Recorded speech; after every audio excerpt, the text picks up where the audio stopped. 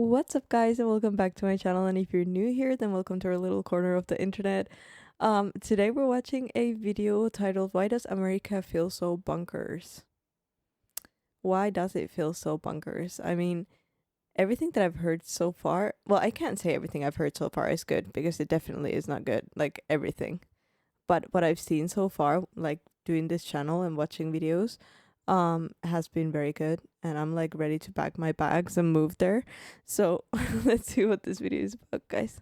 This month marks my 16th year living in the United States. In just that span of time, I've seen considerable change, from major political upheaval to the nationwide acceptance of social media and briefly fidget spinners. In fact, often most evident on social media is the fact that America, the land of opportunity, is also the land of extremes. Extreme beliefs, extreme accomplishments, extreme weather, extreme wealth, extreme poverty, extreme wildlife, extreme fame, extreme terrain, extremists, and extreme mists. In other words, during my long-held fascination with the United States, it has always struck me as a country with an eye for the dramatic. As you may have guessed from that brief list just now, this is not always a criticism. In fact, as an 8-year-old boy who dreamed of becoming a Goonie, I believed that— Oh wait, that was so adorable, with the same glasses and everything. Well, not the same, but that was adorable. Guess from that brief list just now, this is not always a criticism. In fact, as an 8-year-old boy who dreamed of becoming a Goonie, I believed that drama suited America just fine. I also thought America might suit me just fine, especially given my A-level in theatre studies. But after moving to the United States, I quickly learned that not all of America's dramatic qualities lie in the coastal town of Astoria. It was quite literally in the air. During that first December, my nostril hairs froze in the wake of winter. It was unlike any cold I'd ever experienced. Soon after, I invested in a face mask and a nasal trimmer. I imagined it couldn't get any colder, and then, in January 2019, it did. A polar vortex reducing the Chicago winter chill to minus 50 degrees Fahrenheit. So that's that. Anyway, time to go and check on that water. What? Wait, oh, Fahrenheit. What is that in Celsius? 50 degrees Fahrenheit. So that's that. Anyway, time to go and check on that water, I think. There we go. What's that in Celsius, Lawrence? Easy. Minus 45 degrees, or 18 degrees colder than the coldest temperature ever recorded in— Minus 45 degrees?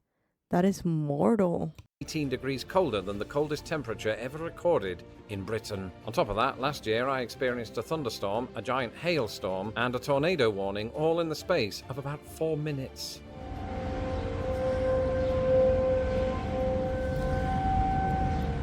Probably go and find out.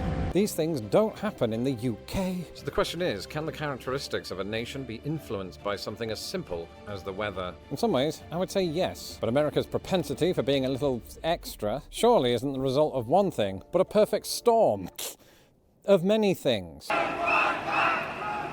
When a country has almost 350 million people, it's inevitable that disagreements will arise. And I can't help but feel that this is particularly true in a country where the two most popular news networks are known for their bias to opposing ideologies. Back to the polarization of America. If there's one thing that Americans can agree on, it's that Americans can no longer agree on anything. We are at odds with one another over some very weird things. Just the other day, I heard somebody online arguing against the existence of Finland. And this is not just a slam against US education. Goodness.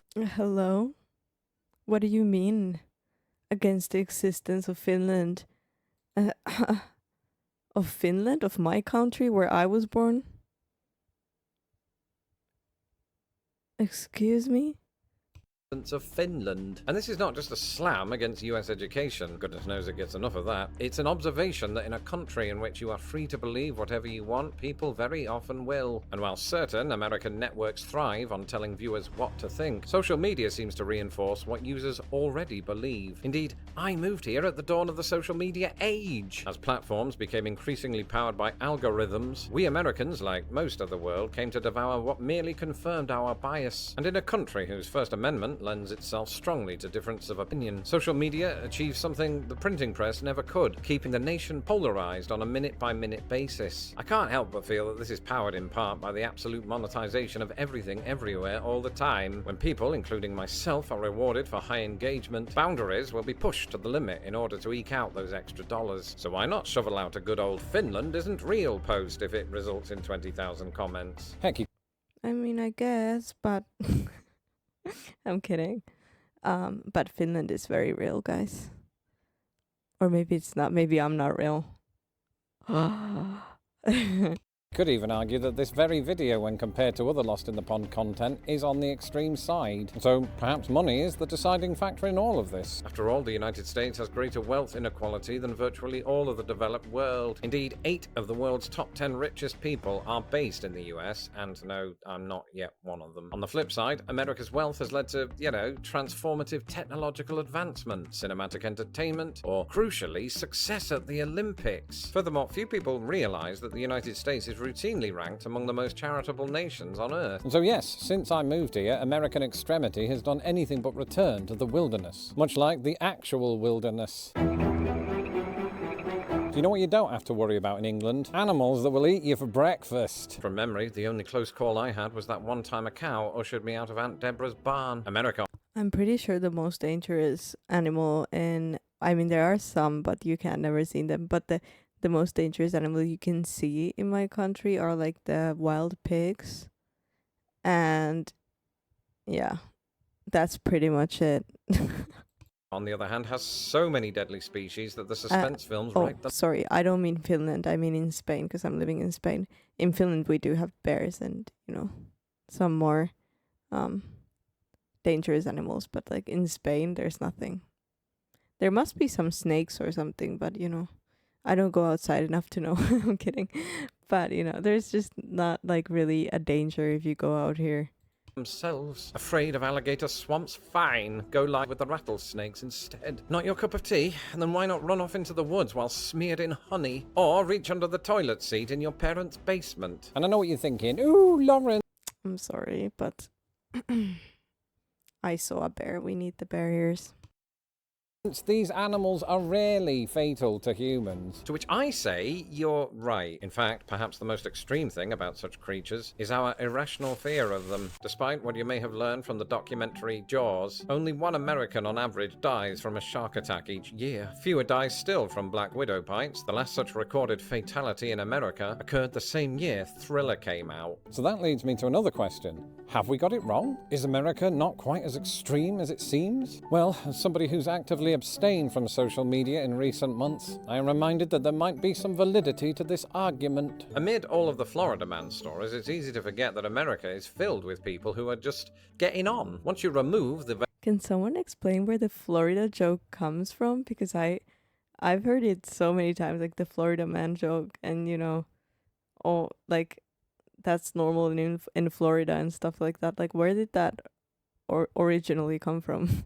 Veil of anonymity afforded by the internet. Offline Americans are sometimes even kind, perhaps reluctant to bring up politics, money, or Finland. Because at the end of the day, we're all passengers on the same planet, hurtling around the sun at 67,000 miles per hour. And if you think about it, what could be more extreme than that? So, America's genuine problems notwithstanding, I do think the US sometimes feels more extreme than it is because that makes for fantastic ratings. Then again, those same passengers are also descended from other passengers, ones who came to North America at various points in history. The continent's extremely remote location, flanked either side by 2 vast oceans, is significant. It meant that early settlers to the New World faced hardship before they even got here. Heck, the Mayflower took a grueling 66 days to reach North America, often facing rough seas that could have left it lost in the pond. That was an intentional brand reference for those at the back. Indeed, once they arrived, about half died before the end of winter, unprepared for the very cold that would stiffen my nostril hairs 400 years later. Nonetheless, those that survived persisted, just as others who came here persisted. For me, this same grit is what put men on the moon, men who would bring back grit from the moon. It's a funny old world. And whether you believe the moon landing was real or you believe it was faked by Stanley Kubrick in a film studio, you have to admit that either sounds completely insane, like, we went to the moon, what? All I'm saying is, I think extremeness, whether good, bad, or indifferent, might be woven into the fabric of American society, and it began